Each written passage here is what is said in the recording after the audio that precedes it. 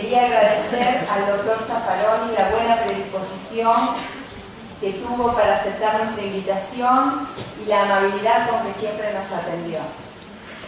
También agradecer la presencia de todos ustedes, de las autoridades de la universidad, del vicerrector, decano, rector, todos los que han colaborado de alguna manera, sobre todo el vicedecano de la Facultad de Ciencia Política, Héctor Molina, que ha hecho un aporte tecnológico para que podamos disfrutar de esta conferencia. También agradecer a la Secretaría de Derechos Humanos de la Universidad, que nos ha hecho llegar su adhesión a esta actividad. Y por supuesto a todas las autoridades de la Facultad de Psicología, a la decana, a la secretaria académica, a todo el personal de la facultad, a los no docentes que hoy trabajaron un montón durante toda la jornada y realmente hicieron posible esta actividad. A los docentes del departamento, que formamos un grupo, que hace unos meses que estamos trabajando en esto, a los estudiantes, a los ayudantes alumnos, a todos los que participaron en la organización de esta actividad. Bueno, presentar al doctor Zaffaroni es como una redundancia, porque todos lo conocen y sabemos lo que representa para todos los que estamos acá. Ministro de la Corte Suprema de la Nación, profesor emérito de la Universidad de Buenos Aires, ha publicado gran cantidad de obras, ¿no es cierto? Muchas de ellas son las que se acercan a la temática que hoy nos convoca. Ha recibido innumerables cantidad de premios, de distinciones, doctor honoris causa en muchas universidades del país, del exterior y también de la Universidad Nacional de Rosario. Yo no voy a extenderme en esto porque sé que todos queremos escuchar las palabras del doctor. Sí quería que lo presente la compañera Alcira Márquez, profesora de esta facultad, docente del Departamento Social, que además ella es co-coordinadora del foro de práctica en el campo jurídico, que es un foro que depende de esta facultad y que es la docente que, digamos, tuvo la iniciativa de convocar al doctor y que además hace años que viene trabajando y viene leyendo. Entonces, yo quería que ella viene leyendo al doctor Zaffaroni, sobre todo porque lee. Quería que ella nos cuente por qué el doctor Zaffaroni en la Facultad de Psicología, qué es lo particular de esta actividad. Bueno, yo intentaré ser breve. Escribí algo breve porque me pidieron expresamente. Pero intentaré reflejar esto que dice su lema, ¿no? De por qué la invitación al doctor Zaffaroni en el marco de estas jornadas en nuestra facultad. El acercamiento a la obra del doctor Zaffaroni comenzó cuando nos abocamos a trabajar las prácticas del profesional psicólogo en las cárceles hacia fines de la década del 90. Teníamos plena conciencia de la necesidad de este abordaje desde nuestra especificidad disciplinar.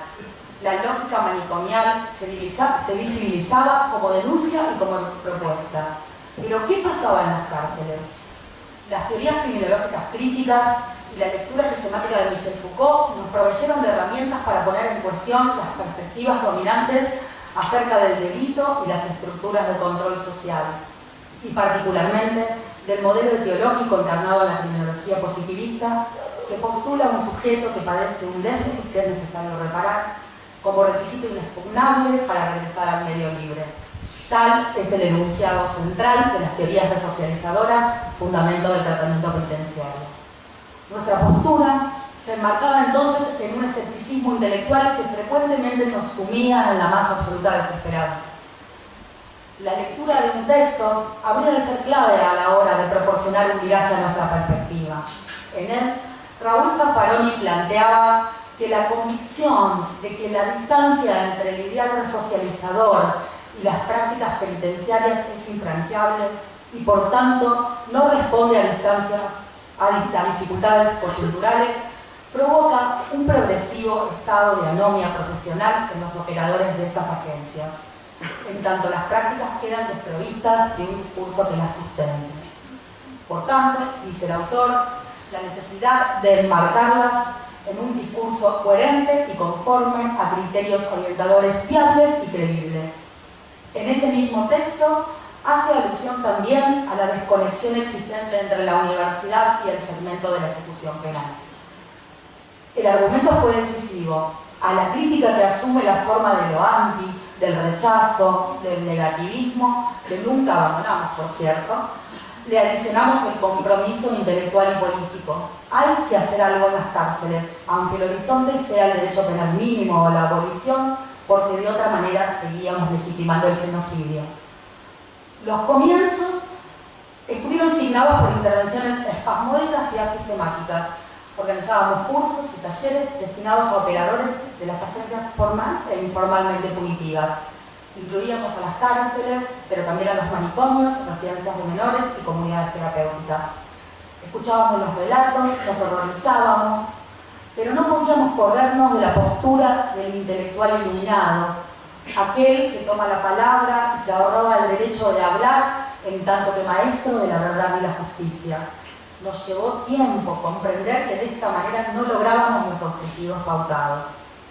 Decidimos entonces, y el foro de prácticas en el campo jurídico que funciona en esta facultad es su expresión institucional, constituir a la universidad como eje de transmisión, es decir, como un dispositivo que convoque a operadores del sistema judicial de diferentes disciplinas, como espacio de reflexión y de producción, pero también de denuncia de las condiciones de las diferentes agencias judiciales. Ya no solamente investigaciones efectuadas por técnicos que trabajan en el exterior, sino el pronunciamiento de los propios interesados. Siguiendo a Foucault, de ellos depende tomar la palabra, derribar las barreras, expresar lo que es intolerable y no tolerarlo más. Existe, sin embargo, otro estereotipo que Staffaroni nos ayudó a desmontar al introducir la perspectiva en su obra, la perspectiva interdisciplinaria, que el derecho es patrimonio de los abogados, que son los abogados los que deben discutir sobre estos temas y diseñar las políticas criminales. Entonces, psiquiatras y psicólogos somos los responsables del discurso etiológico, determinista, peligrosista, racista, pero ese espacio se otorga mediante una ley. De ahí dos cosas. En primer lugar, los juristas son también responsables y, por cierto, conviene a sus intereses conservar esta suerte de alianza con el poder psiquiátrico. No en vano, la ley de salud mental no pudo introducir ninguna modificación en el Código Penal. Y la segunda, aún más importante, los psicólogos nos teníamos que meter con la ley, puesto que es la ley, como dice Robert Castell, la que legitima todo el dispositivo. Y nos metimos. Hace poco tiempo, la Facultad de Psicología, la carrera de Trabajo Social y los respectivos colegios profesionales se pronunciaron mediante un documento para apoyar las denuncias que los operadores penitenciarios impulsaron respecto a sus condiciones de trabajo y a la impostergable necesidad de reemplazar la ley orgánica del Servicio Penitenciario de la provincia de Santa Fe, decreto de la última dictadura militar, por ser un orientador insoslayable de nuestro quehacer y convocarnos desde el lugar de un intelectual cuya producción se asume como un saber en perspectiva, por no eludir la responsabilidad política de participar en el diseño de estrategias tendientes a impulsar procesos de democratización en el ámbito de la justicia. Los psicólogos invitamos al doctor Raúl Staffaroni a nuestra facultad hoy. Muchas gracias.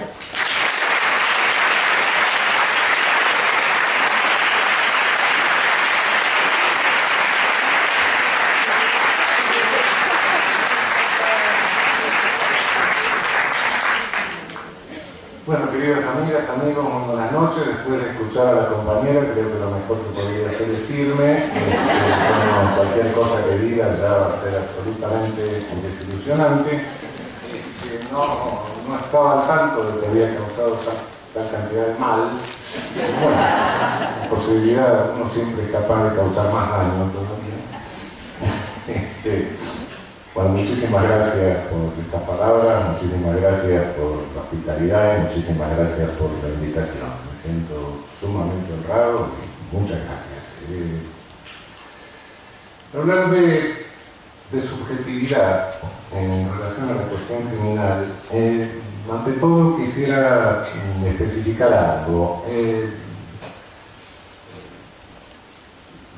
Si hablamos de subjetividad, tendría que empezar por hablar de la subjetividad del criminólogo. Y criminólogo, cuando uno tiene un currículum largo, porque corresponde a que tiene una vida larga, se fue formando en distintos momentos. Y por cierto, la criminología ha tenido una dinámica en el último medio siglo muy intensa, muy importante. Es decir, ha habido verdaderos cambios de paradigma en este sentido. Y personalmente, sí, los he vivido, los he ido viviendo. Me formé en esa criminología teológica, inicié en esa criminología teológica, me formé con un maestro que quizá era el más renombrado de América Latina en aquel momento, Quirós Cuarón, lejanísimos tiempos en la Universidad Nacional Autónoma de México, y también esto me ha hecho reflexionar un poco sobre la subjetividad de ellos. Es decir, si uno objetiva en este momento y digo, bueno, ¿qué era esa criminología teológica? Era una criminología que en el fondo era, conservaba o arrastraba aún una considerable dosis, predominante dosis de reduccionismo biológico, de un determinismo biologicista. Bueno, mis biológicos eran todos nazis o algo por el estilo. No es así. Había una absoluta incompatibilidad entre convicción política y lo que estaban explicando. Era una contradicción permanente de alguna manera. Esto me hace reflexionar sobre cuáles serán las contradicciones que tendré yo hoy, ¿no? Es decir, pero después de todo esto, hubo esa criminología teológica sobrevivía en nosotros, en América Latina, porque la copiábamos de Europa. Es decir, en Europa la criminología pasa a desempeñar en las facultades de Derecho una función residual de disciplina subsidiaria o auxiliar del derecho penal. Es decir, los penalistas decimos que es delito, los criminólogos nos decían cuáles eran las causas del delito. Entonces se quedaban los médicos diciendo, no, eso no es un rincón de la Facultad de Derecho, entonces la llaman la criminología del rincón de la Facultad de Derecho. Mientras en Estados Unidos, a donde había huido la sociología por los años 20, desarrollaba una criminología teológica pero de vertiente sociológica. Hoy la criminología que manejamos es predominantemente de vertiente sociológica, pero aquí es por donde quería comenzar. Daría la impresión que al describir esta criminología de vertiente sociológica estamos subestimando el aporte de otras disciplinas de la conducta y fundamentalmente de las disciplinas psíquicas. Y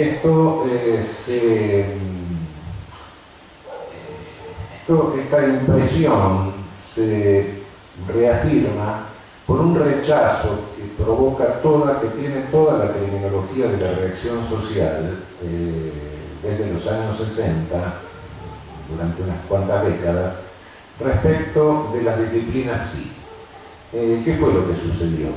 La criminología teológica se fue desarrollando y prácticamente desarrolló una cuestión bastante compleja y tétrica, que fue la llamada clínica criminológica. Esa clínica criminológica de vertiente biologista, me estoy refiriendo a Benigno Di Tullio, etcétera, gente que he conocido, con la cual esto es parte de la biografía de uno. Esa criminología teológica que partía, como dijo la compañera hace un rato, de que teníamos un aparato descompuesto, lo teníamos que meter en un taller, le arreglábamos unos cuantos cables y lo poníamos de nuevo en circulación, naturalmente que era horripilante, claro. Las clasificaciones venían de la época de Ferri, etc. Había toda una inspiración en último análisis de la trastienda, había cosas ambrosianas, todo esto. Es decir, racista en el fondo, ¿no? Pero decir la verdad.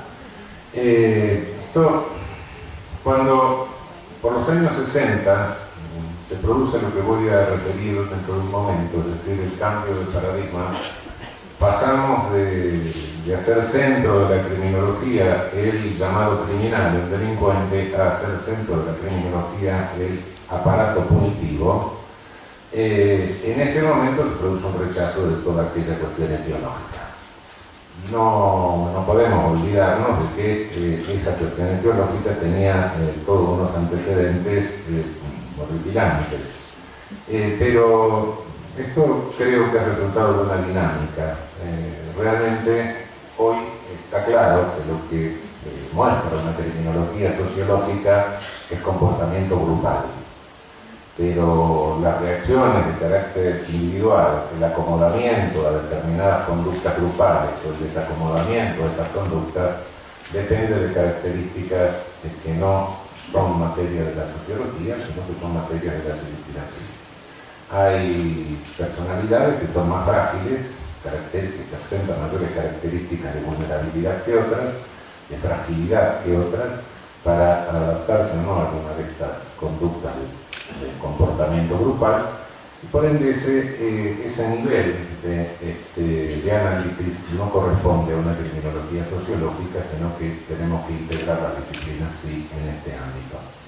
Y en este aspecto creo que el campo de las disciplinas sí se amplía considerablemente, como trataré de demostrarlo de alguna manera.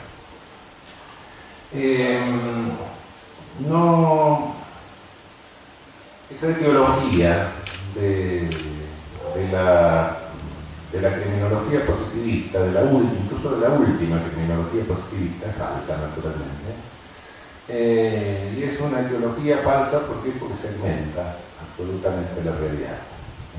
Tenemos un sujeto, ese sujeto está ahí porque da la impresión que está por un fenómeno natural, nadie cuestiona por qué llegó ahí. Es decir, nadie cuestiona el aparato que lo llevó ahí, y por ende, si lo dejo fuera del cuestionamiento, bueno, es un fenómeno natural, como puede ser la lluvia, como puede ser el viento, etc. Lo legitimo por omisión. Ahí radica la falsedad de esa teología de tipo positivista. En segundo término, tenemos que tener en cuenta otra cosa, que es el concepto de delito y de crimen. Delito, ¿qué es delito? El delito así en abstracto no existe. El delito en abstracto es una abstracción que hacemos los juristas en el campo jurídico para decir delito es una conducta típica antijurídica culpable, las ponemos categorías jurídicas, pero lo que en la realidad existe no es el delito. No nos enfrentamos con el delito, nos enfrentamos con conflictos más o menos violentos, más o menos lesivos, de naturaleza absolutamente dispar. Si alguien me hace el favor de decirme que hay en común entre una injuria, un libramiento, un cheque sin fondo y una violación, se lo agradezco. No hay absolutamente nada en común, salvo que están en el mismo código penal que se encuaderna en tapas coloradas de Edith Joan. Fuera de eso, no hay otra cosa en común socialmente, en cuanto a desvalor, en cuanto a capacidad lesiva, etc. Nada. De modo que de lo que se trata, si desdramatizamos el término, son conflictos, toda sociedad de conflictos, algunos conflictos se criminalizan primariamente, es decir, se definen como delito en la ley, eso técnicamente los penalistas lo llaman tipificación, pero un tipo penal, que se apodere de una cosa muy total parcialmente ajena, que mate a otro, etc. Esa es criminalización primaria, ¿no? Pone en la ley un proyecto de lo que hay que hacer. La ley dice, si un sujeto hace eso, habría que hacerle esto, ¿no? Un proyecto del futuro. Pero eso se realiza en la práctica en cierta medida. Por suerte, no todo sujeto que infringe una norma penal resulta penado, porque si no, ninguno de nosotros estaría suelto, tenemos que cerrar la puerta del lado de adentro. O me quedé con el libro prestado, o me llevé la toalla del pelo, o la percha, y no le digo la falsedad en este momento público que cometemos en todos los tribunales del país, ¿no? Estamos presentes en todo, escuchamos todo, asistimos a todo, aunque ni que doy fe, no estamos nunca, no importa. Entonces esa criminalización secundaria es selectiva, son muy pocos, porque si ustedes ven cuál es el proyecto que implica la criminalización primaria es un proyecto amplísimo, ya quedan muy pocas cosas que no sean delito. Y sin embargo, las agencias ejecutivas, las agencias propias del sistema penal, es decir, bueno, la policía tiene una capacidad para investigar determinado número de hechos, la cárcel tiene una capacidad locativa limitada, los tribunales pueden tramitar determinado número de expedientes. Es decir, hay una desproporción inmensa entre lo que se proyecta y la capacidad de realizarlo. Esto determina que necesariamente tiene que haber una selección. Y esa selección no es casual, no es azarosa, sino que esa selección se produce conforme a determinadas reglas. Reglas que son reglas generales de toda burocracia. Las burocracias siempre hacen lo que es más fácil. Lo que es más fácil, en este caso, es criminalizar a los que tienen menos poder y a los que son más idiotas, naturalmente. Entonces, ¿quiénes resultan criminalizados? Los más torpes.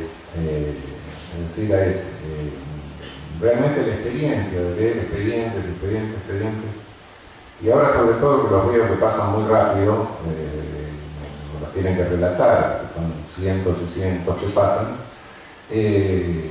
no podemos refrenar en el equipo de trabajo, no podemos resistir a veces decir, pero qué idiota, ¿no? Porque uno se va haciendo una mentalidad criminal de alguna manera y dice, no, yo nunca haría esto de esta manera, es estúpido, no se da cuenta que va a meter preso. Claro, sí, es una grosería, realmente vemos grosería tras grosería tras grosería.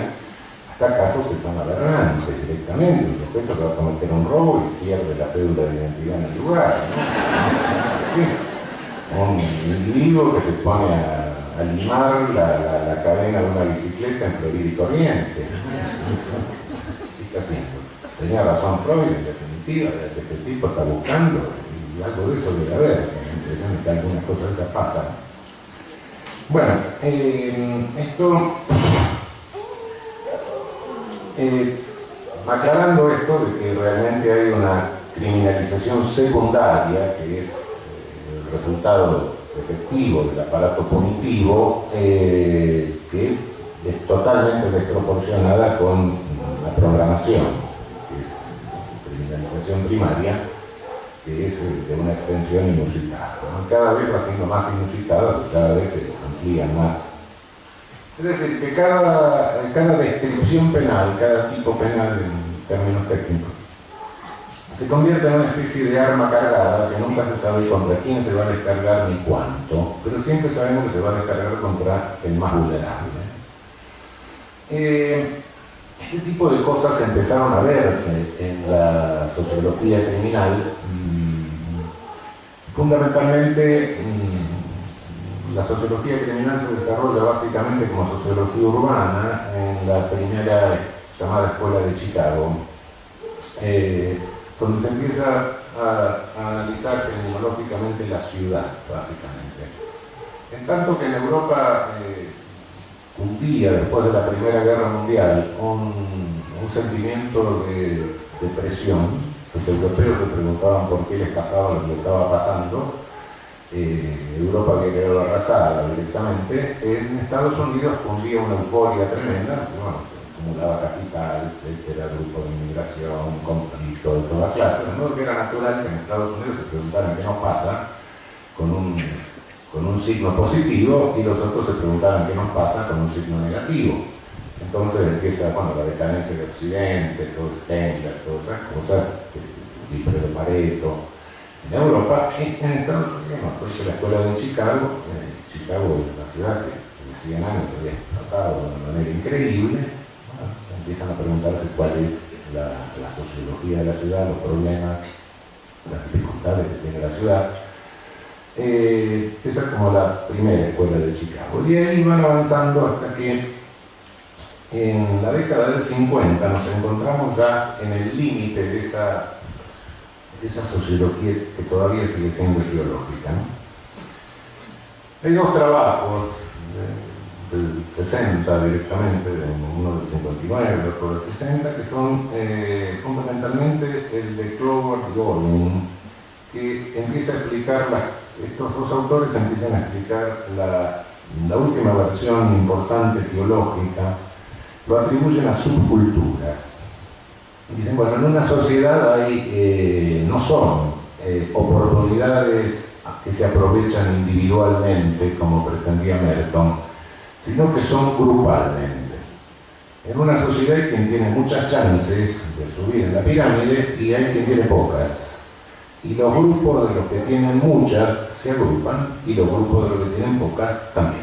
Entonces los grupos de los que tienen muchas chances es donde surge el white collar crime, el crimen de cuello blanco, el delito de cuello blanco.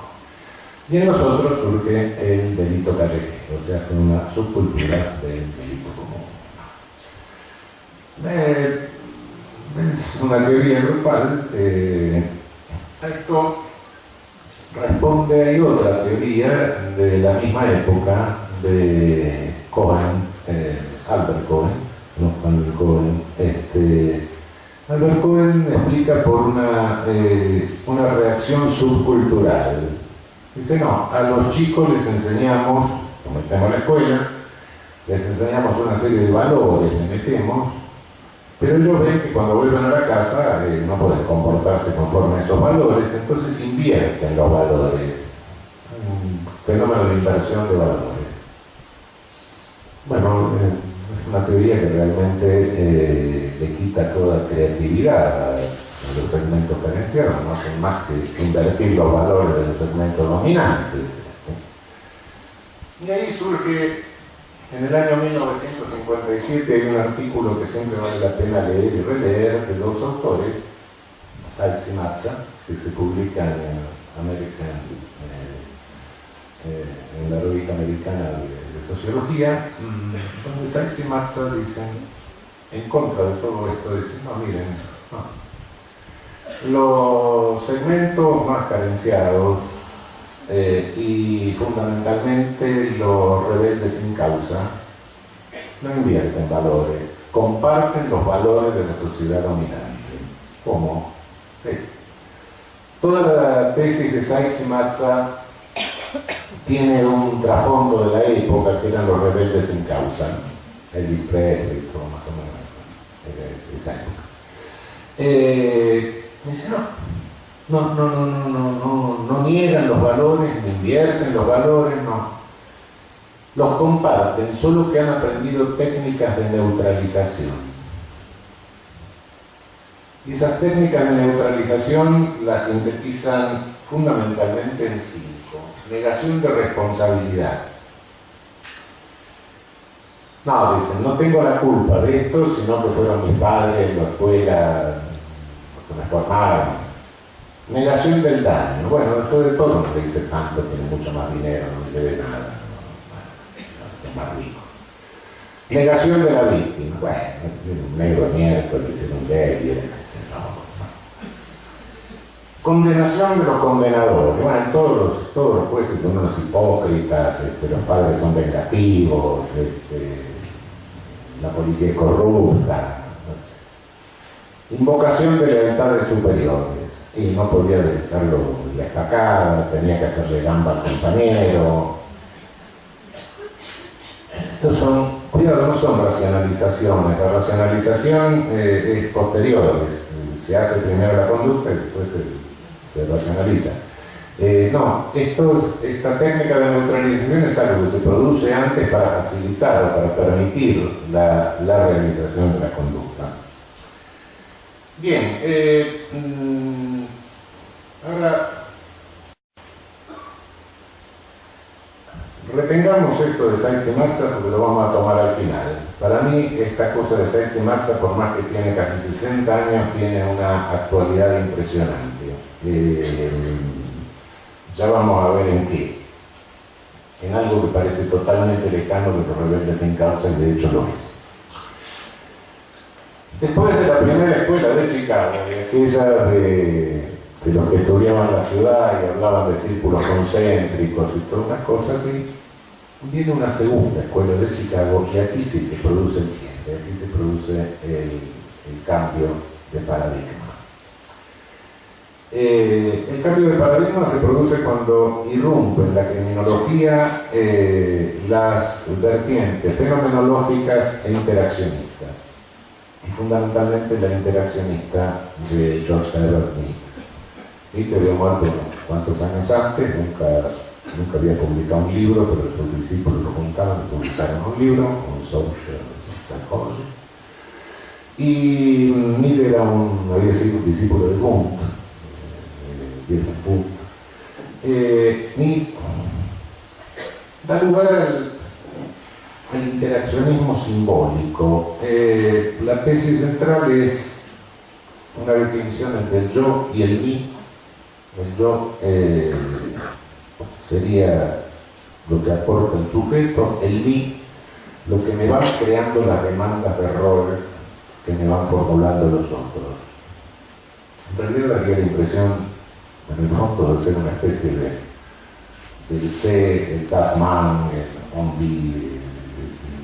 sé personal, del existencialismo y el ser auténtico, ¿no? El yo es lo que permite la transformación social, ¿no?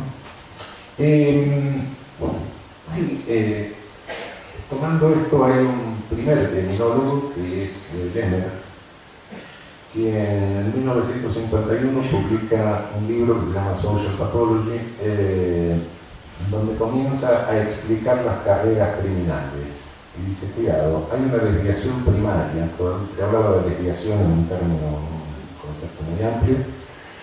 Hay una desviación primaria y la interferencia de la acción punitiva genera una desviación secundaria, que es lo que condiciona la carrera criminal. Es decir, hay un cambio de identidad del sujeto merced a la intervención punitiva que condiciona una desviación secundaria por regla general más grave que la primaria. La cosa estaba denunciada en términos bastante primitivos, si se quiere, todavía. Pero realmente la gran transformación creo que viene con Erving Goffman. Me parece que a partir de ese momento es cuando el interaccionismo... Lo de Erving Goffman es, y creo que a través de eso todavía no hemos sacado todas las conclusiones que habría que sacar de esto, ¿no? Es la cuestión de la dramaturgia social, ¿no? Si lo viésemos en este momento, bueno, todo se desarrolla de alguna forma en forma de teatro, si viendo lo que estamos haciendo, un poco es eso. Están los organizadores, está el equipo que organizó, no sé, se habrán peleado entre ellos, el costo de acuario, etc. Es extraño, ni ustedes público, ni yo que estoy acá, sabemos lo que hicieron antes para organizar. Están ustedes, son el público, supongo cuando los habrán seleccionado, tratemos que no se sienten como cuantos borrachos, si yo, ¿no? Y invitan a alguien que es el actor, que se supone que va a actuar más o menos, a decir algunas insensateces, más o menos coherentes. Hasta ahora va todo bien. ¿Por qué? Porque son demandas de rol que estamos respondiendo todos y la cosa circula, ¿no? Ahora, si se paran unos cuantos de ustedes y se ponen a cantar, ya no, ya algo pasa. Si yo me pongo a cantar un tango en este momento, también. Es decir, para unos cuantos de ustedes, los organizadores me van a decir, no, los que habíamos invitado, no habíamos tratado de seleccionar. Si soy yo el que hago, me pongo a ladrar, bueno, van a decir, cuando lo invitamos, pues, sabíamos que era loco, pero no tanto, sabíamos que estaba tan deteriorado.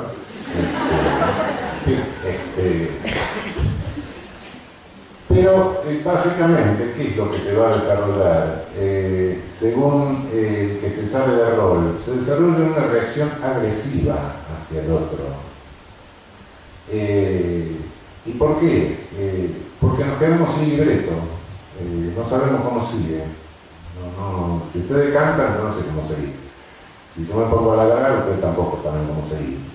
Entonces, esa reacción agresiva es cuando no respondemos al rol, el rol que se nos ha asignado. Se produce, Goffman lo llama una disrupción. La disrupción genera ese tipo de reacción agresiva. Y Y Goffman se dedica a estudiar esto de las instituciones totales.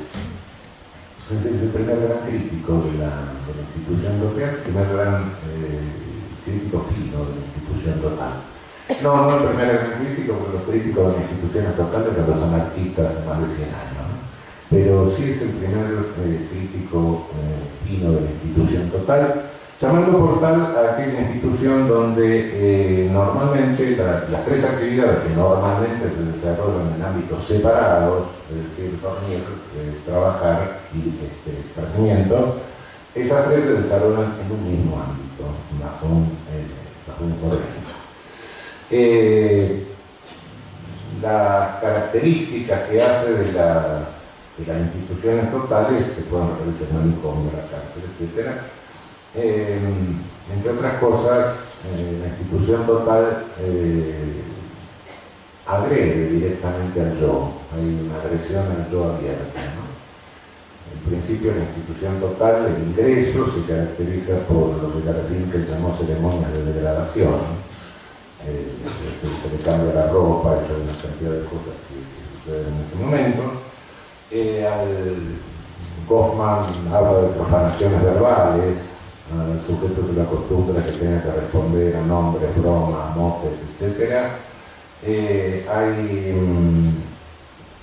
Se le habitúa a que tenga que pedir humildemente lo que normalmente pide o solicita.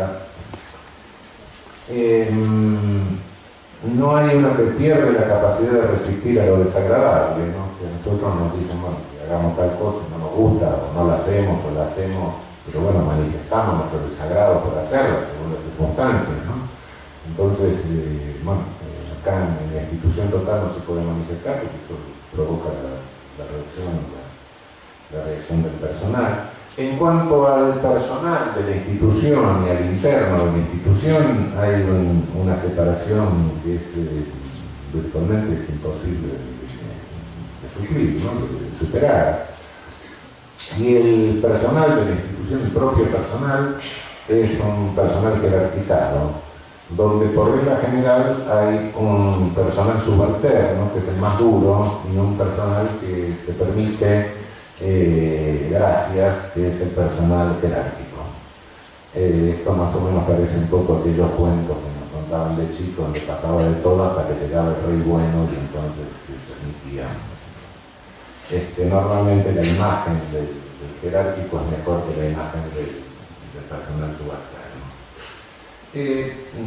La institución total se caracteriza por provocar un fenómeno de regresión. Es deteriorante en el sentido de que es regresiva. Si tomamos la cárcel,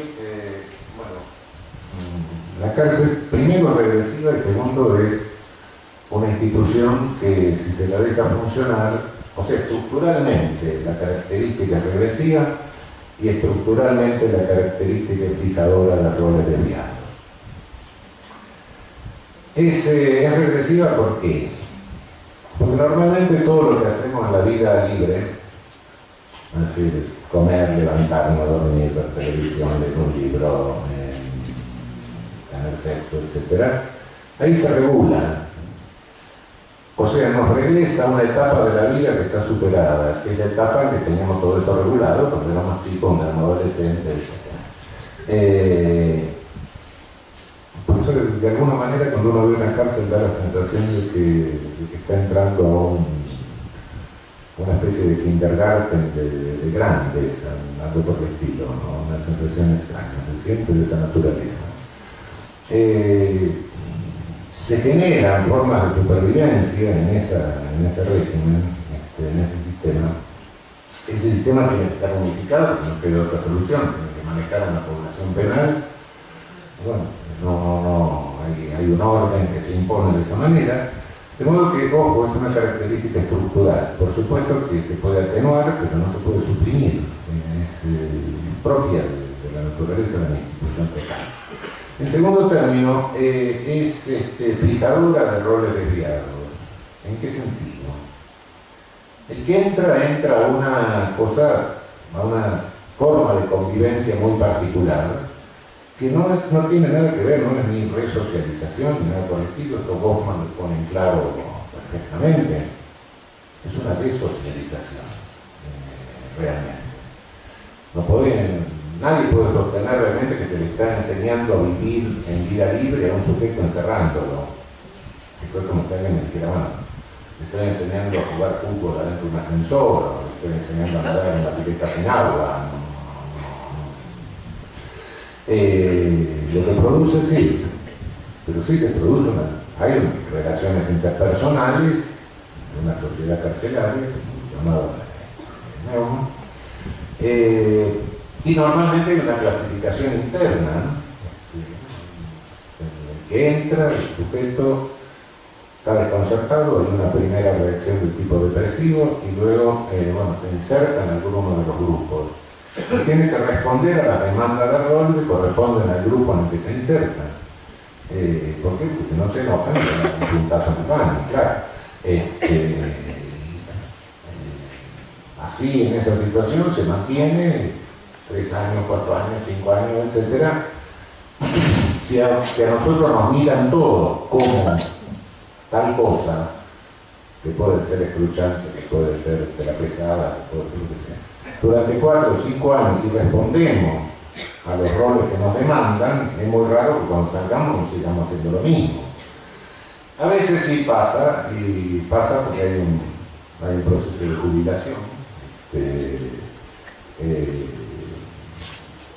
Después lo voy a explicar un poco mejor, pero bueno, el estereotipo se introyecta y hay un momento, el ladrón es joven, ¿no?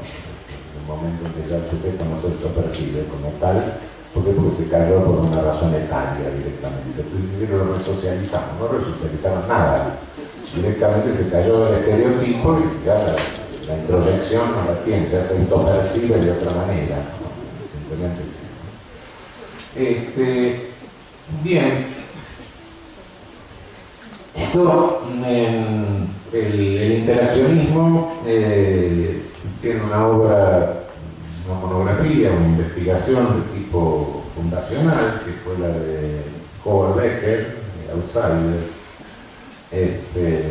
Becker se metió en un grupo de músicos marihuanos, se metió tanto en el grupo que terminó siendo un eximio pianista de jazz, pero sí, define la desviación no es una característica de la conducta, sino una característica que le asignan los otros a la conducta. Efectivamente, sí. Eso es lo que sucede. Y a partir de ahí, el estereotipo, fundamentalmente por el inglés Chapman, empieza a desarrollar la tesis del labeling y del estereotipo. Conforme a la etiqueta que se le pone a una determinada conducta, un determinado sujeto realiza una determinada conducta, a partir de ahí son las demandas de rol que se le formulan. Y el sujeto, para evitar agresiones, va respondiendo cada vez más a la demanda de rol, con lo cual ese estereotipo no es solo externo, sino que se introyecta, se internaliza.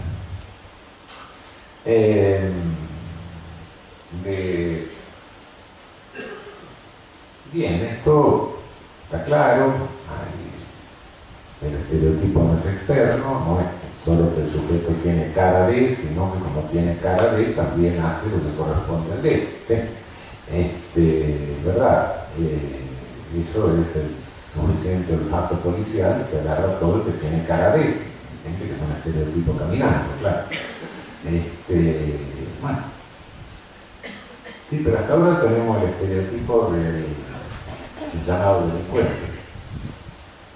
Pero cuidado que hay otros estereotipos y hay otras subjetividades en que quizás no se haya reparado suficientemente, por lo cual creo que el campo de ustedes es mucho más amplio y la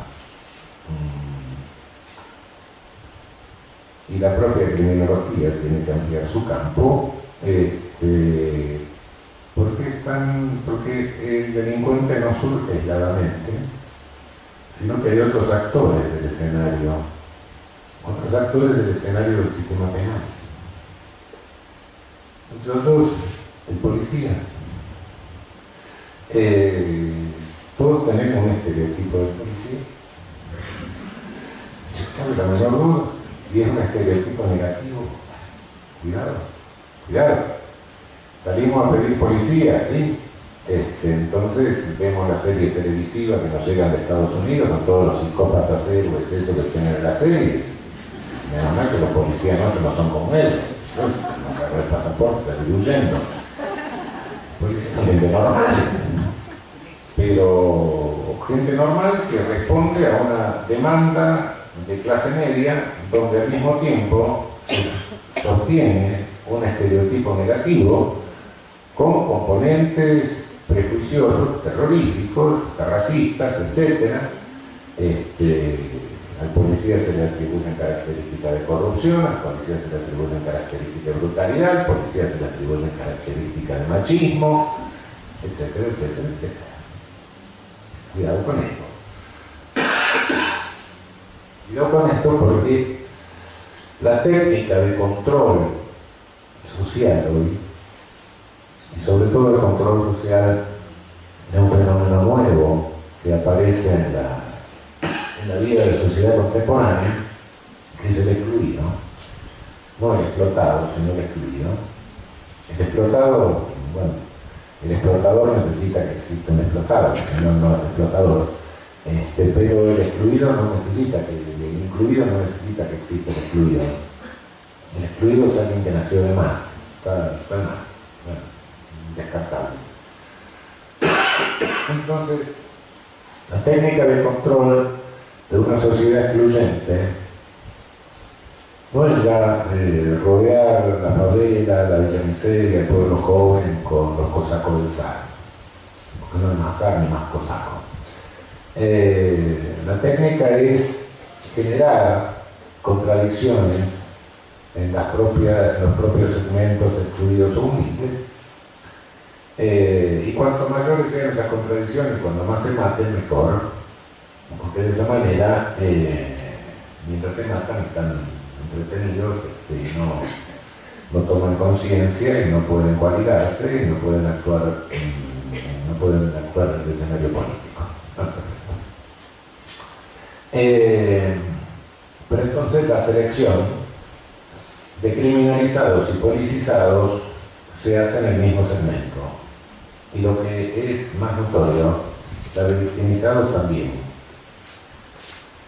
Esto lo estamos viendo en cifras en la ciudad de Buenos Aires, y nosotros sacamos los homicidios que hay en las villas, en barrios precarios. Lo que estamos teniendo es un índice de homicidio en la ciudad de Buenos Aires de 3.5 por 100.000. Los índices de Europa están en 3 por 100.000, el índice de Canadá, que es un más bajo, está en 2 por 100.000. Ahora si vemos que los índices que hay en las villas son 17 por 100.000. De cualquier manera estamos mejor que otros países, por supuesto, pero esta concentración nos va indicando que esta es una... Cuidado, cuando digo esto, se puede llegar a pensar que estoy hablando de una programación de esto. No hay una programación. Nunca. La teoría conspirativa, mejor que saquémonos de la cabeza, porque da la impresión, sirve para calmar la conciencia, ¿no? Si la conspiración la hacen determinados tipos, eliminamos eso, terminó la conspiración, no. No hay conspiración, lo que hay son funcionalidades. Hay fenómenos funcionales que se dejan andar porque son funcionales, y en total que se mate el reloj negro, listo, mejor, punto. No nos vamos a preocupar mucho, pero no es porque haya una conspiración de programa, no pensemos eso, porque no es así, estaríamos errando totalmente. Naturalmente que este estereotipo negativo genera una subjetividad en la policía que es particular. Fíjense que no están estudiadas mucho las enfermedades profesionales de los policías. A los policías no se les permite sindicalizarse, es decir, discutir horizontalmente sus condiciones de trabajo. Es un problema, y bueno, podría decir también que algo parecido surge con el agente penitenciario, ¿no? En tercer lugar tenemos otro protagonista del sistema penal, que son los jueces. También tienen su subjetividad que se va creando, como Bueno, sí, puede ser de distintas maneras, pero si en general tuviera que describir cómo se fabrica un juez en nuestra sociedad, fundamentalmente dentro de la burocracia judicial, diría que se integra en una estructura burocrática corporativa jerarquizada, ¿no? Solo que la diferencia, jerarquizada como una institución militar, pero la diferencia que hay es que los cadetes se forman entre la tropa, considerando que la tropa es el personal administrativo. Se toma un estudiante de Derecho, se lo pone a surcir expedientes, a llevarlos, se va introyectando los valores de la corporación, ¿no? Mejor juez es aquel que no se le revocan sentencias, no importa que se le revocan lo creativo porque son estúpidos, no importa, un poco ignorantes. Hay signos de poder, la bandera, la gente de custodia, antes estaba la chapa en el auto, antes nomás, etc. Signos. Hay escritorios para jueces, alfombra para jueces, araña para jueces, para secretarios que son distintas, etc. Despachos, secretarios privados, etc. Finalmente un día se recibe y con suerte, bueno, pasa a ser secretario actuario, que es nuestro subteniente. Esto exige un cambio de estatus. Ya tiene que vivir en determinado barrio, si es posible practicar tenis. El golf ya es para los camaristas.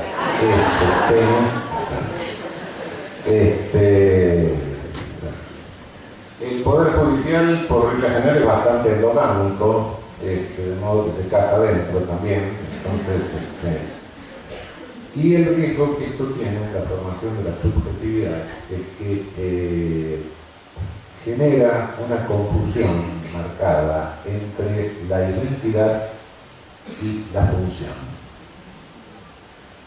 Cuando el sujeto a la mañana se afeita y se mira al espejo y como en la panadería le dicen el doctor, su señoría o cualquier cosa por el estilo, y en la carnicería también, en el club también, cuando se mira al espejo y se ve que se está afeitando su señoría, esto es grave. Soy Raulito y me puedo cortar, es otra cosa. Pero es su señoría ya, y es grave porque, sobre todo en una función pública, que es vulnerable, cualquier función pública, la persona se encuentra amenazada. Bueno, a cualquiera le afecta que se lo amenace en una fuente laboral, por supuesto, por un problema económico, de familia, lo que sea. Pero mucho más grave es cuando esa amenaza es una amenaza a la identidad, ya no va a ser más su señoría. Todo esto lo coloca en una posición bastante vulnerable. Bien, de modo que el campo que tienen ustedes para actuar es mucho más amplio de la propia, de la vieja clínica criminológica y biológica. Bueno, pero hemos hablado del protagonista, el sistema penal, alrededor de qué conflictos. Bueno, de conflictos que son delito común, digamos, y hasta de esos que hacen lugar a la seguridad, porque el concepto de seguridad es un concepto de tipo periodístico, ¿no? Seguridad, bueno, seguridad jurídica, certeza de los derechos, que nadie me va a lesionar mi derecho, etc. Pero seguridad así es. Hay una cuestión periodística, seguridad en seguridad. Bueno, si hay un homicidio terrorífico, bueno, cualquiera que mató, etc.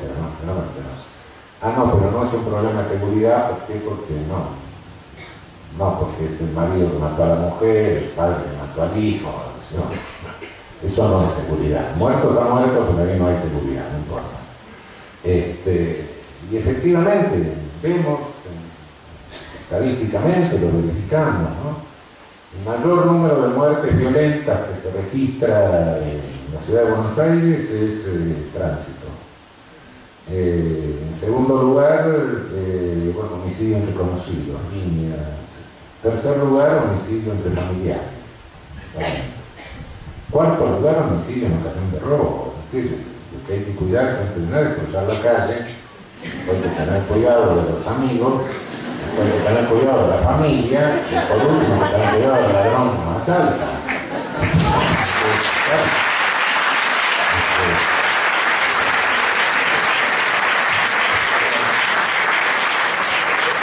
Pero bueno, nos ocupamos del sistema penal, cómo opera esos delitos, etc. Pero hay un fenómeno extraño en toda la criminología, que es que se ocupó de esos delitos, se ocupó de otros delitos, se ocupó mucho de los delitos de base patológica, abiertamente patológica, existen, por supuesto que hay, pero hay un delito del cual la criminología no se ocupó. No hubo, para nada, pasó por encima. Y me refiero desde aquella criminología etiológica que conocí en mi adolescencia casi, hasta la criminología crítica y la criminología crítica radical. O sea, desde la derecha hasta la extrema izquierda criminológica, por decirlo más claramente, hay un delito que le pasó por encima, el genocidio, el más grave de todos. No solo no se ocupó, sino que hasta negó los muertos, porque en las estadísticas de homicidios de los países donde hubo genocidios no se registran las víctimas de genocidio. Es terrorífico, ¿no? Hay un autor neozelandés que enseña el nombre, Juan Morrison, que hace pocos, unos años, escribió un libro donde empezó a analizar hechos en serio. Hay algunos artículos, sí, yo no voy a negar, la bibliografía criminológica que es inmensa, es inabarcable, hay algunos articulitos, sí, hay que hablan de esto, pero poco, casi nada. Sin embargo, si tomamos el siglo XX, no vayamos más lejos, bueno, depende del número de víctimas, depende de que incluyamos o no los muertos por efecto del hambre. Pero si los incluimos, más o menos de cada 50 habitantes de este planeta, 2 fueron muertos en el siglo pasado por los estados, fuera de hipótesis bélica, fuera de guerra. Entendiendo por guerra, cuando hay dos fuerzas, por lo menos una tiene la capacidad como para lesionar seriamente a la otra. Bueno, fuera de ese tipo de conflictos, 2 de cada 50. Masacrados por estados, es decir, homicidio alevoso contra personas indefensas.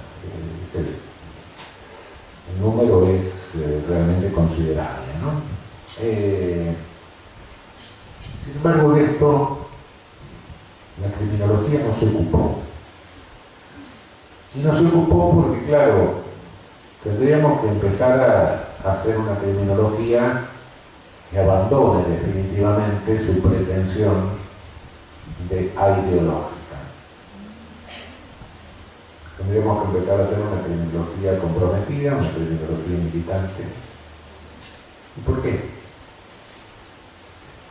Porque el genocidio la masacre no surge de la nada. No hay genocidio sin una preparación, sin una indiferencia, por lo menos, o un consenso, cuanto más, de la población. Es fácil, sí, cuando el genocidio se produce lejos de la población de los genocidas, ¿no? Cuando Leopoldo II mataba al negro del Congo, bueno, sí, los dejan tranquilos. Pero cuando se produce en el mismo territorio, sobrepoblación del mismo territorio, o el territorio vecino, inmediato, etc., bueno, O hay indiferencia o hay consenso. Y esa indiferencia y ese consenso se viene preparando. ¿Cómo se viene preparando? Retomemos a Sykes y Matza. Se viene preparando a través de una neutralización de valores.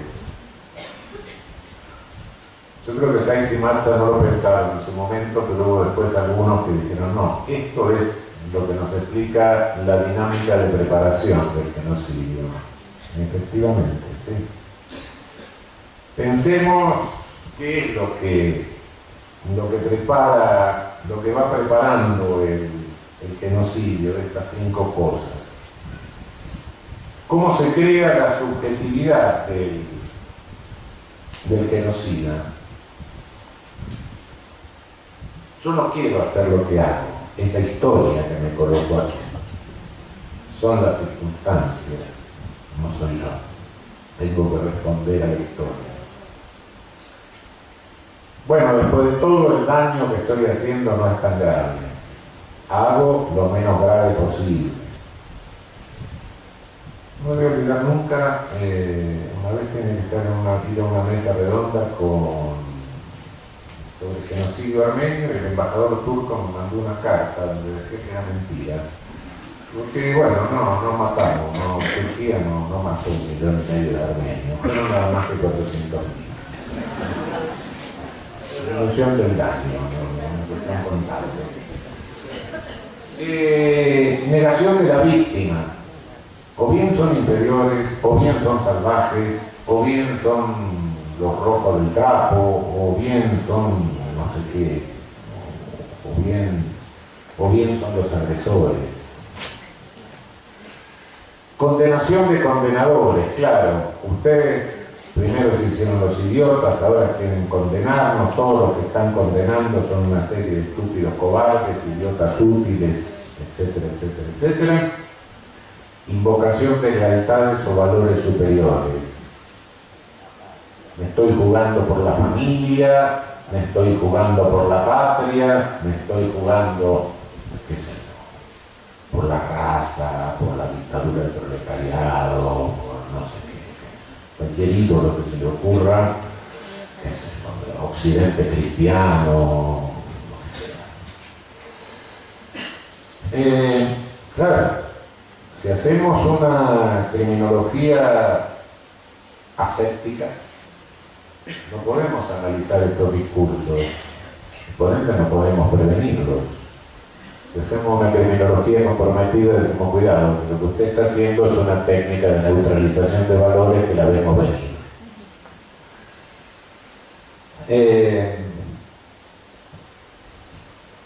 Esto genera algo así como cuando llega el genocidio, evidentemente hay algo que llama poderosamente la atención, que la gente no se dé cuenta, no se arrepiente.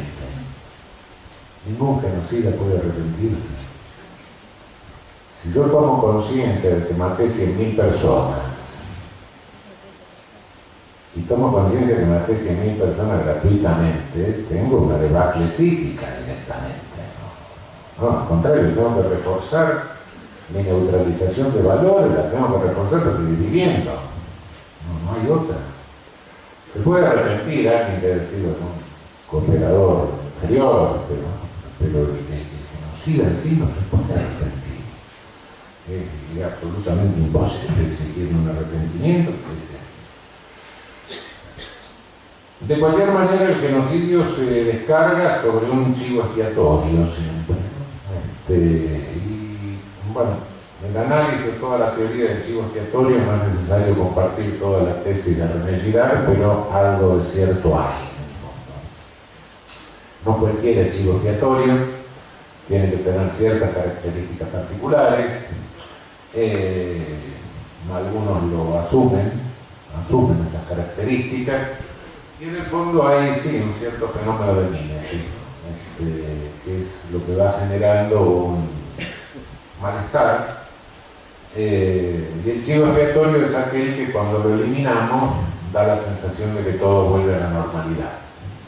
No sé si es cierto lo que dice él, que con función de eso después se lo convierte en un dios, pero la dinámica sí, en líneas generales me parece cierta. En la actualidad, toda esta formación de subjetividades se presenta con características que no son nada tranquilizantes. No son nada tranquilizantes porque vivimos un mundo en el cual los datos económicos nos van mostrando que incluso en los países centrales aumentan los índices de desigualdad. En lugar de acortarse la distancia entre lo que gana el más rico y lo que gana el más pobre, se van alargando, es decir, la graficación en forma de copa de champán se va convirtiendo en frutero directamente. Y bueno, eso naturalmente que posibilita o condiciona una intensificación, una agudización de los conflictos. No resolvemos los problemas de desigualdad entre pueblos, tenemos más de la mitad de la población mundial en condiciones de vida muy pobres, con hambre, con slums, con vivienda precaria. Hay un cálculo de que en 2040, de seguir así, tendríamos 2/3 de la población viviendo en villas en el mundo. Hay un fenómeno de acelerada deforestación y desertificación, ya sea por tala exagerada de bosques o por explotación irracional de la tierra, lo cual produce desplazamiento de población que generan conflictos, porque los tipos que salen de una población donde ya no rinde se van a otro territorio, invaden otro territorio, esto genera conflictividades. La explicación de las masacres de Ruanda, por ejemplo, el genocidio de Ruanda, sí tiene una base sobre explotación una explosión demográfica con sobreexplotación del territorio, a lo cual se sumó que respetaron la regla que marcaba el Fondo Monetario Internacional, que al final tuvieron 800.000 muertos. No son raciales las causas del conflicto, eso llama la atención en Ruanda. Y bueno, el genocidio de Sudán, de Darfur, también tiene un origen en desertificación. Es decir, nos encontramos frente a un dilema civilizatorio y económico y político. ¿Quién manda? ¿Manda Wall Street o manda Obama? En definitiva, esa es la pregunta. No están de acuerdo, son los mismos, no están de acuerdo, son los mismos. Hay una disyuntiva.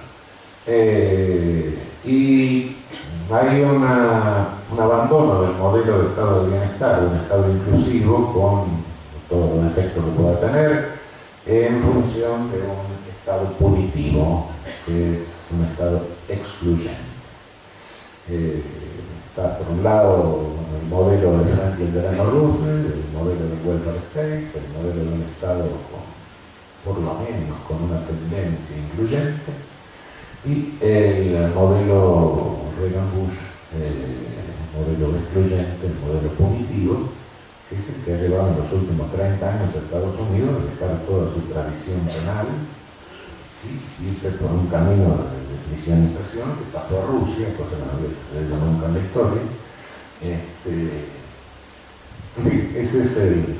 Y bueno, y por último, y con esto termino con un interrogante.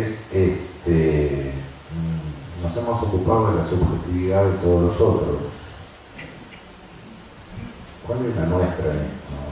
¿Tenemos conciencia de que este camino está llevando en este siglo XXI, que voy a poner mi mayor empeño en llegar al final, no creo que lo logre, pero que es muy dinámico, y este siglo XXI puede, si seguimos con el mismo ritmo de destrucción de las condiciones de habitabilidad humana del planeta, puede llegar a una catástrofe total. Nuestra subjetividad incorpora eso. Esa es la pregunta que creo que tenemos que formularnos en este momento frente a esta idolatría que se está creando. Hace unos cuantos años, perdón, cuento esta anécdota que me tocaba, hace unos cuantos años estábamos, todavía no había caído el muro de Berlín, y estábamos en un congreso y se terminó en Viena, termina en la mesa donde estaba, me meto en otro lado, estaban hablando, y me siento al lado de una criminóloga canadiense, Ruth Morris, una mujer abolicionista, y escucho, estaban discutiendo, había rusos, había norteamericanos, discutiendo la criminalidad nuclear. Y en un momento digo, Ruth, esta gente hablaba, Ruth Morris era muy religiosa, una cuáquera. Le digo, esta gente se habrá dado cuenta que si hay un crimen nuclear, ninguno de nosotros queda para juzgarlo. No, Raúl, no se puede dar cuenta. ¿Por qué? Porque esto es una nueva religión. Hay un Dios, que es el poder punitivo, es una idolatría, claro, una idolatría, un falso Dios, que puede resolver todo, salvar el Amazonas, prevenir la criminalidad nuclear, resolver el problema de la droga, resolver todo lo puede resolver, el crimen organizado, la criminalidad de mercado. Bueno, si alguien tiene el poder de hacer eso, es Dios, no, es un ídolo. Bueno, el problema es cómo anda nuestra subjetividad frente a esta idolatría de nuestro tiempo. Bueno, muchísimas gracias.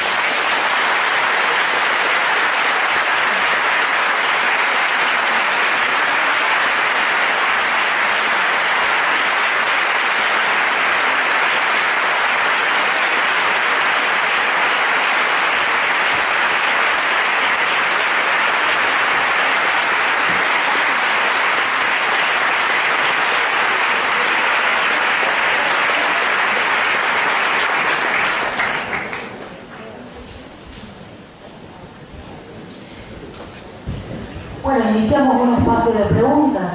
Nosotros pasamos el micrófono. Levanten la mano y pasamos el micrófono.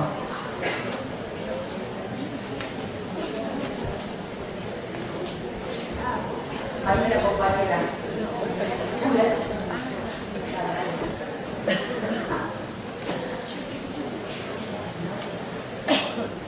Hola, buenas noches. Quisiera preguntarle, ¿está de acuerdo con la democratización de la justicia?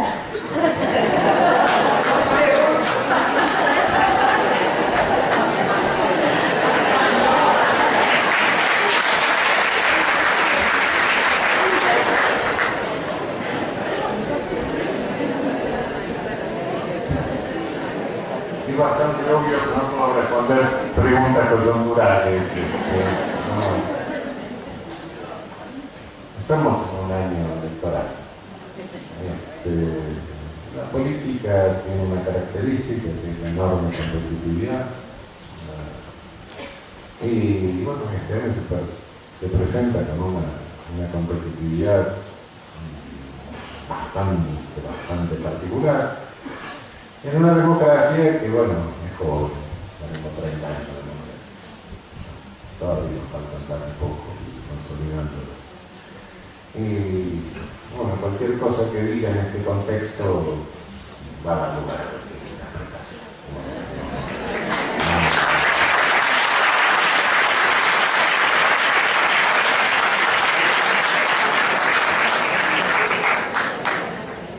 Hola, buenas noches.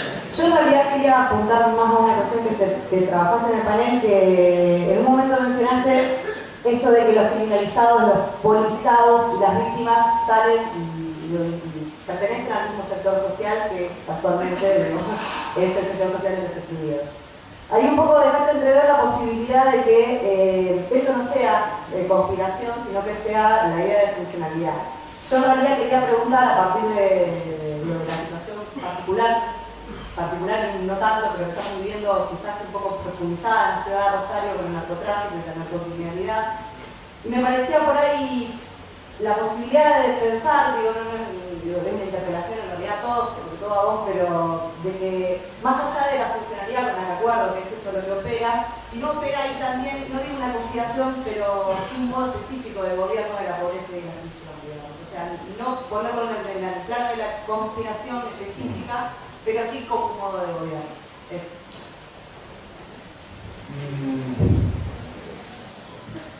No conozco la situación a fondo, no.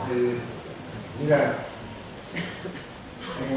hay un problema que me preocupa muy seriamente en toda la región nuestra, en toda América Latina, que es la escasa criminología del campo que tenemos.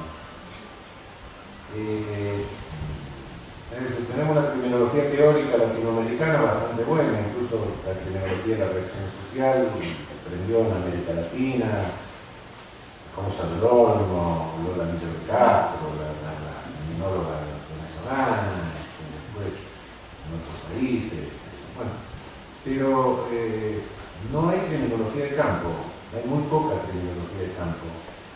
Yo no podría responder que eso sin una investigación más concreta. Podría dar una hipótesis, qué sé yo, de opinión de café. Lo que sí me preocupa es esta carencia de criminología del campo, porque más allá de la construcción de realidad que hagan los medios masivos, hay una violencia criminal, por supuesto. Y hay una violencia criminal que hay que tratar de prevenir, que hay que tratar de bajar el nivel de violencia. Pero ¿cómo diablos vamos a prevenir lo que no conocemos? Y si nadie quiere conocerlo, ¿será que alguien está preocupado por prevenirlo? Esa es la pregunta, ¿no? Es decir, vos querés prevenir un fenómeno, bueno, tenés que hacerlo de la misma manera que haces una prevención en materia de salud pública, ¿no? Tenés que ver cuáles son las patologías más frecuentes, las más graves, bueno, centrar los cañones en eso. Pero si no lo sé, y tampoco me interesa averiguarlo, que me interesa prevenir incendios.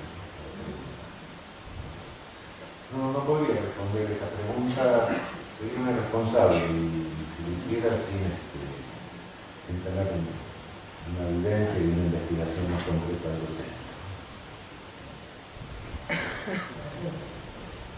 Buenas noches. ¿Cuál es su postura frente al régimen del sistema penal juvenil? Bueno, tenemos una ley, un sistema penal de niños y adolescentes que todavía tiene un marcado resabio de ideología tutelar, ¿no? Hay que tener cuidado respecto de esto porque la ideología tutelar es un discurso autoritario, en el fondo. Vamos a tutelarlo, como lo estamos tutelando, todo lo que le estamos haciendo es bueno y por consiguiente no merece ningún control ni ningún límite jurídico, y bueno, no. El niño, el adolescente, ante todo es un ciudadano. Y lo primero que hay que hacer, bueno, si le imputamos algo, es probar que lo hizo, ¿no? Con la misma garantía que tener la luna, ¿no? En segundo lugar, bueno, pero para esto hay que cambiar una mentalidad de muchos años. Toda esta cuestión de que no hay niño delincuente, tengo que tratar al niño infractor de la misma manera que al niño carenciado, bueno, cuidado, porque al final esto resulta en que trato al carenciado como infractor. Vámonos con cuidado. En segundo lugar, toda la movida de que hay que bajar la edad de responsabilidad a los 14 años, porque el niño, etcétera. Los números que nosotros manejamos en materia de homicidio no nos revelan ninguna necesidad en este sentido. Sí, hay algún homicidio cometido antes de los 16 años, pero de un universo de 170 más o menos en la ciudad de Buenos Aires tenemos 2, lo cual nos está señalando que sea una cifra significativa, ¿no? Ahora, en el caso grave, bueno, habrá que ver cómo se procede, pero no hay una cifra de carácter, no hay no hay una frecuencia significativa que merezca semejante debate. En líneas generales es un poco la cuestión. Acá. No, yo quería saber cuál era su opinión con respecto a la sindicalización de la policía, ya que usted nombró en un momento que los policías no tienen derecho a un sindicato que defienda sus derechos, y los policías son trabajadores que muchas veces trabajan en condiciones paupérrimas, condiciones salariales que son muy inferiores al resto de los empleados públicos, y bueno, quería saber si no es inconstitucional que se le impida tener un sindicato. ¿Cuál era su opinión? Sí, efectivamente, desde hace mucho tiempo y muchas veces lo he dicho, que soy partidario de habilitar la sindicalización de las fuerzas policiales, lo que no significa conceder el derecho de huelga, bueno, como todo servicio de primera necesidad. Los médicos de guardia de los hospitales no pueden hacer huelga, la policía tampoco. Pero los derechos sindicales sí, a discutir horizontalmente sus condiciones de trabajo, a discutir las condiciones salariales. Es absurdo que cuando la policía está pidiendo aumento lo tengan que hacer vestido como la ETA, con espaldas a la cámara. Bueno, tiene derecho a pedir aumento de salario, que no tiene derecho yo, tiene derecho cualquiera. Bueno, a tener una convención colectiva, discutir.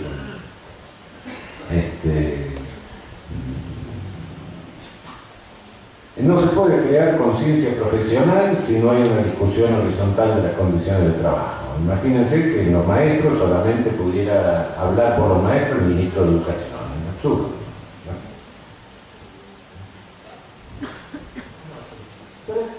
Buenas noches. Yo les quería preguntar por el delito de lavado de dinero. ¿Cómo está en la ley penal ese tema? Por las últimas organizaciones que tenemos acá en Santa Fe, que hay algunas pistas con respecto a ello, que el lavado de dinero, delictivo del narcotráfico. Bueno, el lavado de dinero está regulado, la ley está penado en nuestra ley penal, conforme a las pautas internacionales, que nos obligan a penarlo de determinada manera. Ahora, ¿cuál es la realidad del lavado de dinero en el mundo? Y es un servicio ilícito más que se presta y cuyo monopolio lo tiene el hemisferio norte. Entonces nos prohíbe hacer lavado de dinero en el hemisferio sur.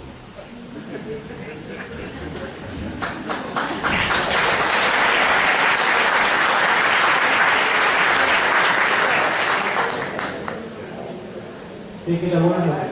Usted en algún otro espacio ha comentado una tendencia a desaparecer el sistema de prisionización actual, el sistema carcelario, por otros métodos tecnológicos. ¿Se podría callar en eso? ¿Qué opinión le merece? ¿Y si hay algún tipo de doctrina o teoría que se esté desarrollando seriamente en ese sentido en Argentina? No, lo que observo es lo siguiente. La cárcel, tal cual la conocemos, tal cual, es un invento del siglo XVIII, ¿no? Antes no había cárcel. La sanción, las penas eran corporales, y la cárcel era un lugar donde se metían los pequeños infractores, deudores, etc. Se generaliza la privación de libertad como pena, como columna vertebral del sistema de penas a partir del siglo XVIII, siglo XIX. Se reducen todas las penas a la confiscación de un pedazo de vida del sujeto, de un pedazo de trabajo, de capacidad laboral del sujeto. Pero esto empieza a entrar en crisis con la superpoblación penal. Hoy decir que va a desaparecer la cárcel sería un absurdo en el mundo, porque vemos que suben los índices de prisionización en casi todos los países, no verticalmente así como Estados Unidos, no hay tendencia a subirlo, pero la cárcel es cara y no han encontrado forma de abaratarla. La privatización es una estafa, la cárcel privatizada es más cara que la cárcel no privatizada. Pero paralelamente se va desarrollando una tecnología de control social, que es el control de conducta electrónico.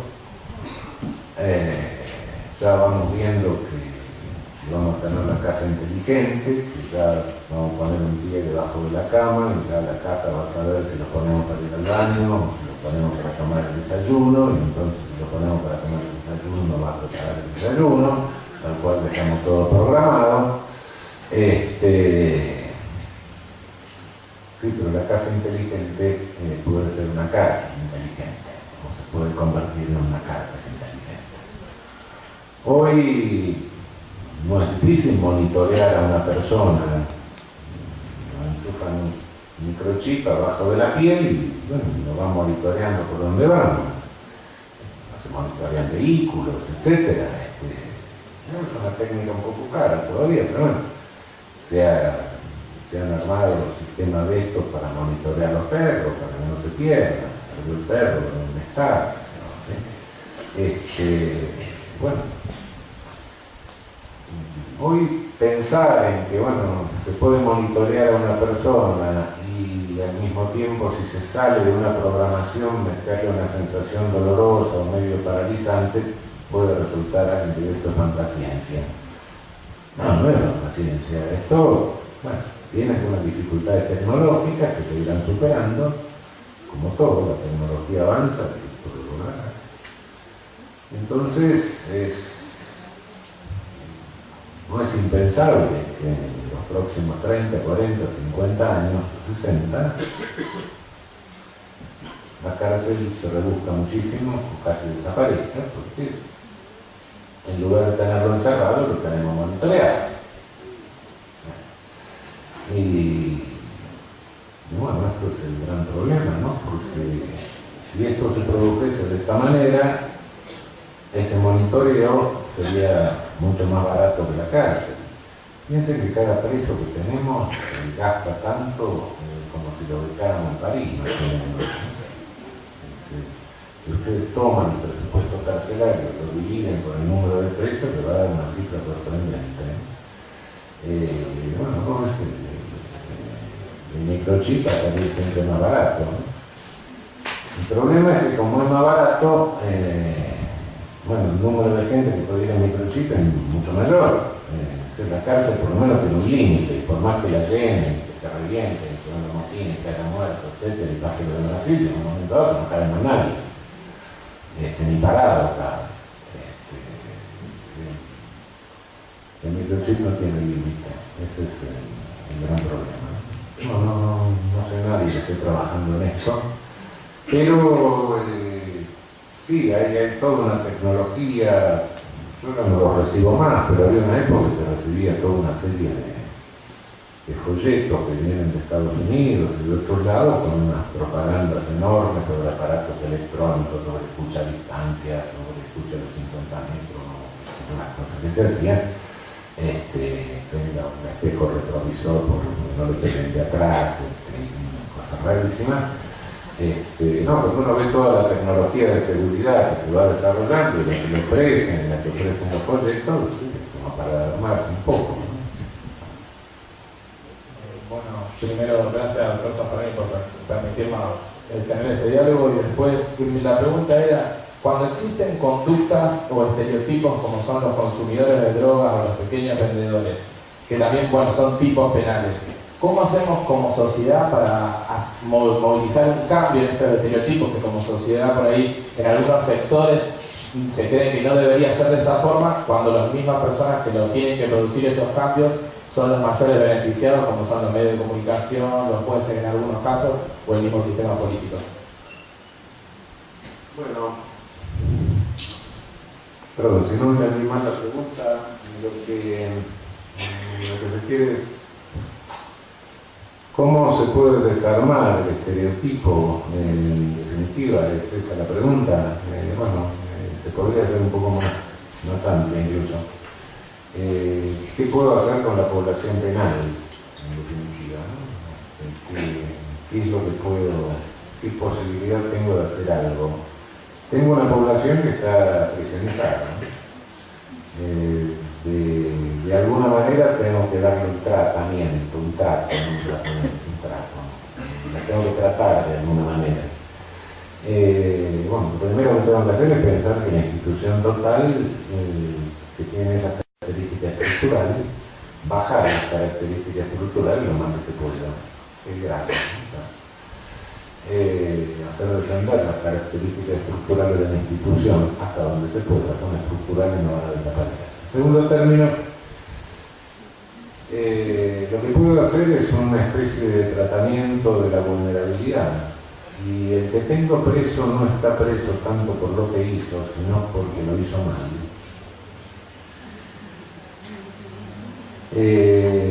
Claro.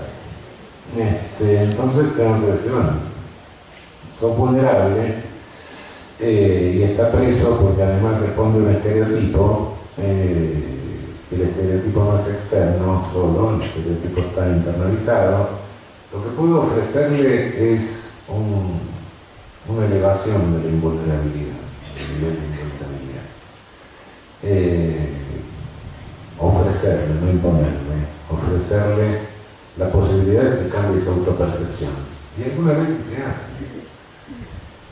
Si un tipo entra analfabeto a la cárcel y sale como ingeniero electrónico, tiene un nivel de invulnerabilidad superior. ¿Por qué? Porque cambió su autopercepción. No responde ya a la demanda de rol de la misma manera. Solo que esto lo llaman algunos resocialización, porque esto no sabe lo que hicieron en definitiva. Pero en definitiva lo que se hizo fue eso, no puede ser que bueno, ¿qué diferencia hay con la resocialización, repersonalización, reinserción o todas las ideologías re? Todas las ideologías re dicen, bueno, lo que tenemos que enseñarle es al tipo ser bueno.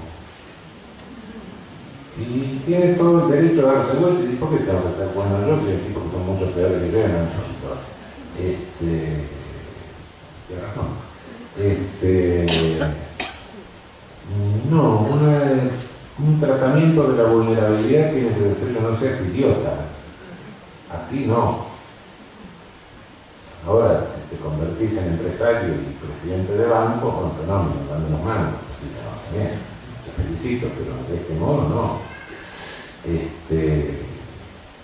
Obviamente que esto puede, hay que manejarlo también, ¿no? Cuando hay una reacción depresiva cada vez que nos estafan, ¿no? O que nos engañan, ¿no? Y si nos han estafado sobre una forma, un proyecto de vida, esa reacción depresiva existe, ¿no? Un momento, hay que ayudarlo a salir de eso, a superar eso. Pero creo que es lo único que se puede hacer humanamente sin ser omnipotente, ¿no? Lo único que se puede hacer con una población penal, en general. Cómo tratar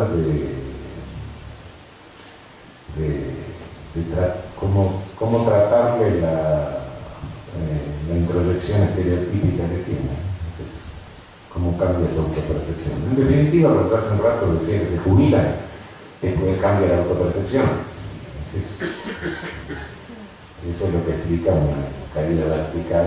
No hay viejo en la cárcel, no hay excepción. Bueno, salvo de esa humanidad ahora, pero fuera de eso no hay. ¿Y por qué? Porque se cayeron del estereotipo. Vamos a dar lugar a 3 preguntas más y les vamos a dar por terminada la conferencia. Yo le quería preguntar en relación a esto que usted mencionaba como la necesidad de una ideología militante, ¿cuál piensa usted que son las tareas para construirla? Y otra pregunta que tiene que ver, si usted entiende que la universidad tiene un papel en esa tarea. Bueno, la principal tarea es una crítica ideológica, ¿no? Es decir, ¿qué discursos son discursos preparatorios de neutralización de valores? Lo cual nos lleva a una discusión a veces fundamentalmente qué está pasando en esta sociedad, qué discursos, qué publicidad es de neutralización de valores. Sí, claro que en eso la universidad tiene un rol fundamental, por supuesto. No cabe la menor duda. Creo Creo que hoy sí tiene un rol fundamental en eso, tiene un rol fundamental en la construcción de realidad mediática que estamos teniendo. Si no lo pensamos en la universidad, ¿desde dónde lo vamos a pensar? Son las usinas de reproducción ideológica que tenemos nosotros. Sí, desde acá que lo tenemos que pensar. Buenas noches. Mi consulta se basa en lo primero que dijo. Bueno, policía corrupto, digamos, jerárquico, que de alguna manera son corruptos, ¿no? Los mismos jueces, ¿no? Yo me pregunto, usted habló de los 60, los 70, ¿usted cree que de esa corrupción algo se ha limpiado o hay mancha de eso? Aquí en América Latina.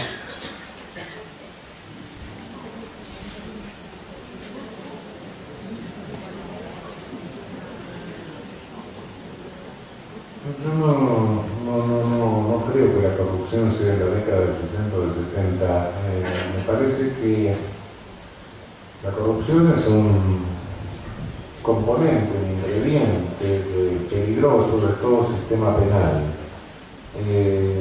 Y parte de la base, el elemento estructural del sistema penal que posibilita la corrupción es justamente la selectividad, ¿no? Si tengo un proyecto punitivo de criminalización primaria inmenso y una capacidad operativa chica, tengo que seleccionar. Y en esa capacidad, esa selección tiene una cuota de arbitrio. Siempre que hay una cuota de arbitrio hay un espacio de corrupción. Esa es la explicación del fenómeno. Por supuesto, esto no significa que todo sistema penal tenga el mismo grado de corrupción, ¿no? Bueno, no estoy diciendo eso. Hay sistemas penales más violentos, hay sistemas penales menos violentos, hay sistemas penales más corruptos, hay sistemas penales menos corruptos, hay sistemas penales muy selectivos, escandalosamente selectivos, y hay sistemas penales son menos selectivos. No puedo decir que, bueno, el sistema penal de Haití sea igual al sistema penal de Suecia, no, claro. Pero lo que no puedo negar es que en todos esa característica estructural existe. La pelea por reducir esas características estructurales, bueno, es una pelea que vale la pena llevar a cabo, claro. No superaremos la corrupción como no se puede superar totalmente la selectividad, pero sí la podemos reducir a una escala mucho menor, ¿no? Siempre hay espacio para hacer eso. Sí, buenas noches. Yo quería preguntar, en realidad tratar de que, a ver si usted nos puede dar alguna clave para seguir pensando ciertos fenómenos que se vienen presentando en las cárceles, que es el tema de la religión. Porque pareciera que hay esta cuestión del paradigma que tenemos ahora, la privatización por estas vías tecnológicas y de todo esto de los, digamos, de esta cuestión del control técnico de los cuerpos y todo esto, como usted mismo decía, como las series de televisión norteamericanas, que está medio un poco lejos a lo mejor. Me parece que en lo inmediato no nos está permitiendo ver que hay cierta delegación, se delega, hay como una privatización sí, encubierta de cierto proceso de delegación, de gestión del Estado, del gobierno, de estas poblaciones por parte de la religión evangélica, de ciertas organizaciones que entran de tipo religiosos, fundamentalistas, que entran, invaden las cárceles y gobiernan y gestionan la vida de estas poblaciones. Y me parece que quería escuchar para ayudarnos a pensar este fenómeno que en lo inmediato está sucediendo. Bueno, por un lado, el fenómeno de delegación del Estado se ha pensado demasiado y se ha, como decía hace un rato, la privatización de todos los servicios carcelarios ha sido, bueno, la clásica privatización, voy a montar la cárcel como fábrica, la entrego, etcétera, y de esa manera va a producir y se va a autofinanciar, etcétera. Eso fracasó en el mundo, no funciona en ningún lado. La privatización de la cárcel, como la damos en concesión, es más barata también, eso es mentira. En Estados Unidos no están privatizadas las cárceles, son en algunos estados del sur, pero nada más. El sistema federal se niega en todos los funcionarios, etcétera, y todas las cifras nos muestran que es mucho más caro. En tercer lugar, bueno, lo que no puedo abrir juicio sobre privatización de determinados servicios. Eso es una cuestión que hay que determinarlo coyunturalmente, ¿no? Se puede privatizar el servicio de salud, por ejemplo, si se puede privatizar el servicio de catering, todas esas cosas también es una cuestión.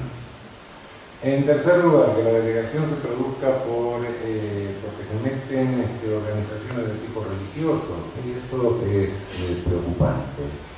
¿Qué es lo que buscan? Solamente una misión espiritual, solamente una misión religiosa, una misión de carácter proselitista. Eso es lo que tendremos que preguntarnos. La religión en las cárceles es un ámbito propicio para que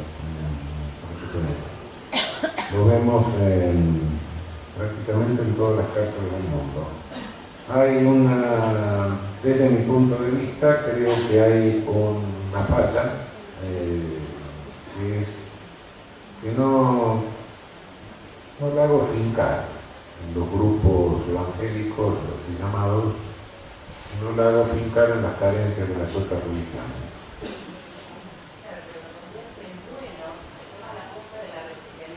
Bueno.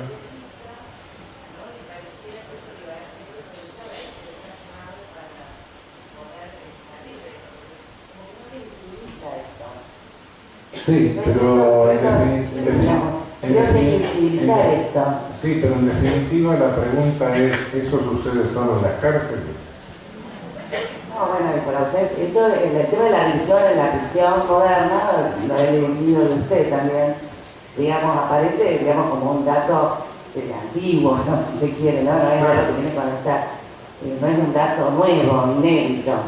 Ahora, realmente hay como una revisión, y entonces quería saber qué opinión le merecía. Una vez estoy escuchando que por ahí puede ser pensado como una carencia de otros que se retiran, ¿no? No sé, como de la religión en este caso, de otros que están. Bueno, gracias. Sí, claro que es una carencia de otros que se retiran, pero lo veo en el movimiento indigenista, lo veo en las villas, lo veo en muchos lados, y creo que la cárcel no hace más que reflejar un fenómeno de esa naturaleza. Había un vacío que se ve agudizado por el fenómeno de exclusión, ¿no? Doctor Zaffaroni, lo voy a etiquetar, doctor Zaffaroni, como hace el sistema penal. Le quería agradecer principalmente este diálogo, usted como profesional abogado en una facultad de psicología, este diálogo interdisciplinario. Y estoy orgulloso como abogado de una disciplina como la abogacía que ha estado tan alejada del pueblo durante muchos años, hoy esté presente en este diálogo franco, acercando el derecho al pueblo. Eso es importante principalmente y le quería agradecer. Pero ahora voy a la pregunta, y hasta ahora ya quería dejar una pregunta, que tiene que ver con qué papel usted le otorga dentro del sistema penal y qué efecto le otorga a las medidas alternativas al juicio y a las medidas alternativas a la prisión, como la condenación condicional con respecto a la prisión o como la supresión de juicio a prueba, y qué efecto le otorga con respecto a la reducción de las tasas de especialización. En definitiva, si estas medidas alternativas, que se llaman alternativas o sustitutivas, producen un efecto de bajar la tasa de prisionización o solamente coexisten con el sistema penal de la cárcel. Porque si nos remontamos desde donde vienen estas medidas de Estados Unidos que tienen altas tasas, evidentemente la pregunta es si coexiste y va a seguir coexistiendo o si nos va a ayudar a ir naturalizando estas medidas para ir bajando la tasa de prisionización. Bueno, eso depende de cómo se instrumenten políticamente. Si nos limitamos a poner cuando yo las llamo penas no privativas de libertad, no son sustitutivas de nada, porque en tal caso la prisión sería sustitutiva de la pena de muerte, entonces también la prisión sería sustitutiva. Son penas no privativas de libertad. Esas penas no privativas de libertad se pueden prever legislativamente, hay que tomar las medidas para que funcionen eficazmente en la práctica, pero hace unos 30 años todo el mundo estaba entusiasmadísimo con eso, 30, 40 años, con eso bajamos las tasas de prisionización. No. Bajamos la tasa de prisionización si las establecemos, las ponemos en práctica y al mismo tiempo metemos un sistema de cuotas. Porque de lo contrario no la bajamos, sino que aumentamos la red. Vamos a tener la misma prisionización y además la medida de las penas no privativas de libertad. Ahora, si ponemos un sistema de cuotas que diga, bueno, tengo tantas celdas en condiciones de tener un preso más o menos conforme a un hotel y una estrellita. Si tengo tantas celdas para tener tantos presos, tengo que tener tantos presos y no más. Y si me sobran, de abajo para arriba, tengo que ir soltando alguno y poniéndole la alternativa, la no privativa de libertad. Esa es la única solución. Si se instrumentan de esa manera, perfecto. Si no se instrumentan de esa manera, vamos a sumar penas no privativas de libertad a las penas privativas de libertad. O vamos a sumar prisión preventiva no privativa de libertad a prisión preventiva efectivamente privativa de libertad. No hay que hacerlo. La experiencia mundial es esa.